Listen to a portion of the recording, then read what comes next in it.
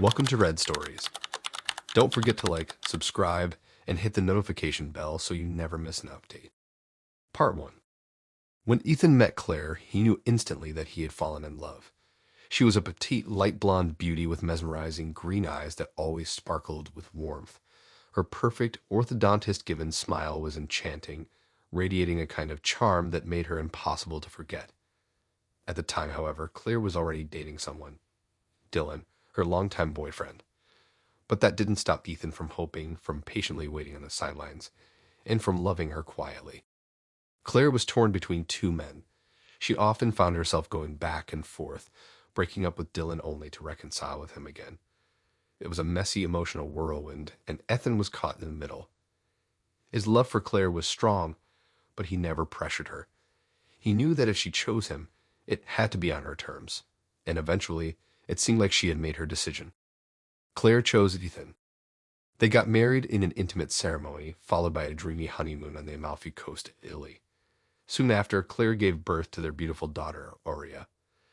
Their family life seemed perfect from the outside, and Ethan was over the moon with happiness.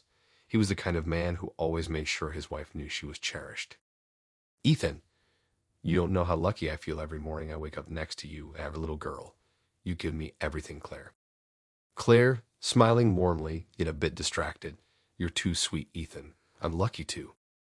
Claire's smile was genuine, but deep inside, her mind wandered. She tried hard to convince herself she had made the right choice, that she was meant to be with Ethan. But the lingering thought of Dylan was still there in the back of her mind, like a shadow she couldn't escape. Despite her happy family life, Claire secretly followed Dylan's life from afar. Even though Dylan had blocked her out all social media after their painful breakup, Claire found ways to check on him, using fake accounts and asking mutual friends about him. She knew it was wrong, but part of her felt unsettled. Dylan had been such a big part of her past, and no matter how much she tried to bury those feelings, they refused to stay down. Part 2. Time passed, and Claire learned through mutual friends that Dylan had started his own business. Not only that, the business was apparently thriving. He had become successful in ways she had never expected. Hearing about Dylan's newfound success filled her with a confusing mix of emotions, happiness for him, but also an aching sense of loss. She couldn't help but wonder, what if? Her thoughts began to consume her. Ethan, always loving and devoted, noticed that something was off, but he couldn't put his finger on it. Ethan, you seem distant lately. Is everything okay? You know you can talk to me, Claire. Claire, sighing, forcing a smile. I'm fine, Ethan. Just tired. Irvia's been a handful lately, that's all. Ethan, ever the understanding husband, nodded. But the truth was Claire's thoughts were miles away. She became restless, her mood more volatile. The unease inside her grew stronger, pushing her towards a decision she knew deep down was wrong. She had to see Dylan, not because she wanted to leave Ethan, but because she needed closure, or at least, that's what she told herself. Part 3. Claire knew Dylan still lived in the same area where her parents resided, just a street over. She decided to visit her parents one afternoon, knowing there was a good chance she might accidentally run into him. And as fate would have it, there he was, walking out of a cafe as she strolled down the street. Claire, smiling nervously, Dylan, wow, it's been a while. Dylan's face tightened when he saw her. There was no warmth in his eyes, only a mix of surprise and something darker, resentment perhaps. Dylan, Claire, what are you doing here? Claire, trying to keep her composure. I was just visiting my parents. How have you been? I've heard about your business. Sounds like you're doing great. Dylan was silent for a moment, his jaw tight. Claire could see the anger bubbling beneath the surface. But then, as they spoke, something in his demeanor softened. Despite his initial coldness, he couldn't resist the pull she had always had on him. Dylan, sighing, I've been fine, busy. Things have changed a lot since we last talked. They started to talk more, cautiously at first, but soon the conversation flowed. As the minutes ticked by, Dylan's defenses crumbled, and Claire's old charm started to work on him again. They reminisced about old times, laughed at inside jokes only they understood. By the end of their conversation, the tension between them had shifted into something familiar, something dangerous. Part 4. That meeting turned into more. Soon Claire and Dylan began seeing each other in secret. What started as innocent coffee catch-ups quickly spiraled into a full-blown affair. Claire couldn't deny the thrill of it, sneaking around, rekindling the passion she thought was long gone. Dylan seemed to bring out a part of her she had buried, a part of her that craved excitement. All while, Ethan remained blissfully unaware.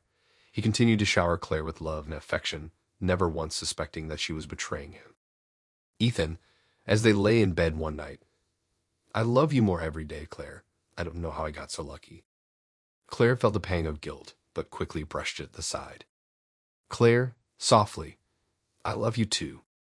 But her mind was elsewhere, filled with memories of stolen kisses and whispered confessions with Dylan. Part 5. Inevitably, the secret couldn't be kept forever. Ethan started to notice Claire's odd behavior, her sudden disappearances, the hushed phone calls, the way she would instantly close her phone when he entered the room. One evening, while Claire was in the shower, Ethan's curiosity got the best of him. He picked up her phone and unlocked it. What he found shattered his world.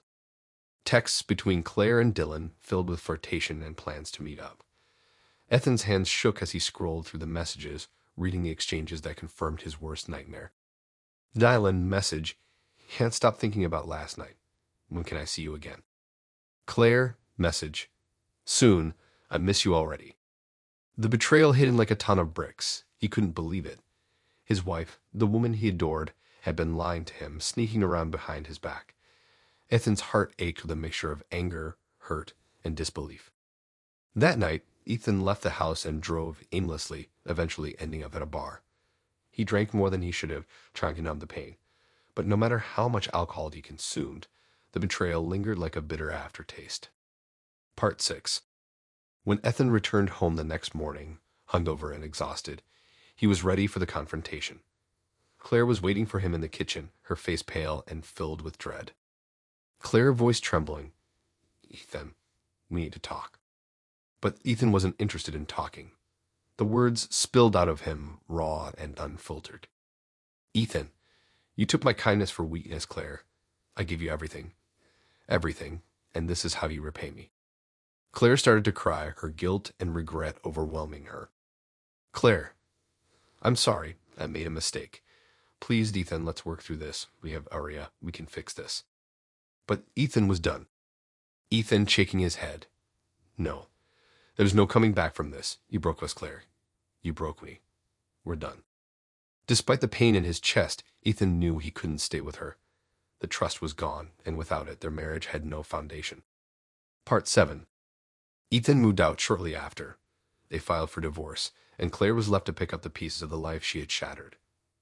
Dylan once again drifted out of her life, leaving her alone with the consequences of her choices. Ethan, though heartbroken, knew he had made the right decision. He focused on being the best father he could to Aria, refusing to let his love for his daughter be tainted by the pain her mother had caused. As for Claire, she was left to live with her regrets, haunted by the choices she had made and the family she had lost. Thanks for reading. Make sure to subscribe for more real-life stories like this one.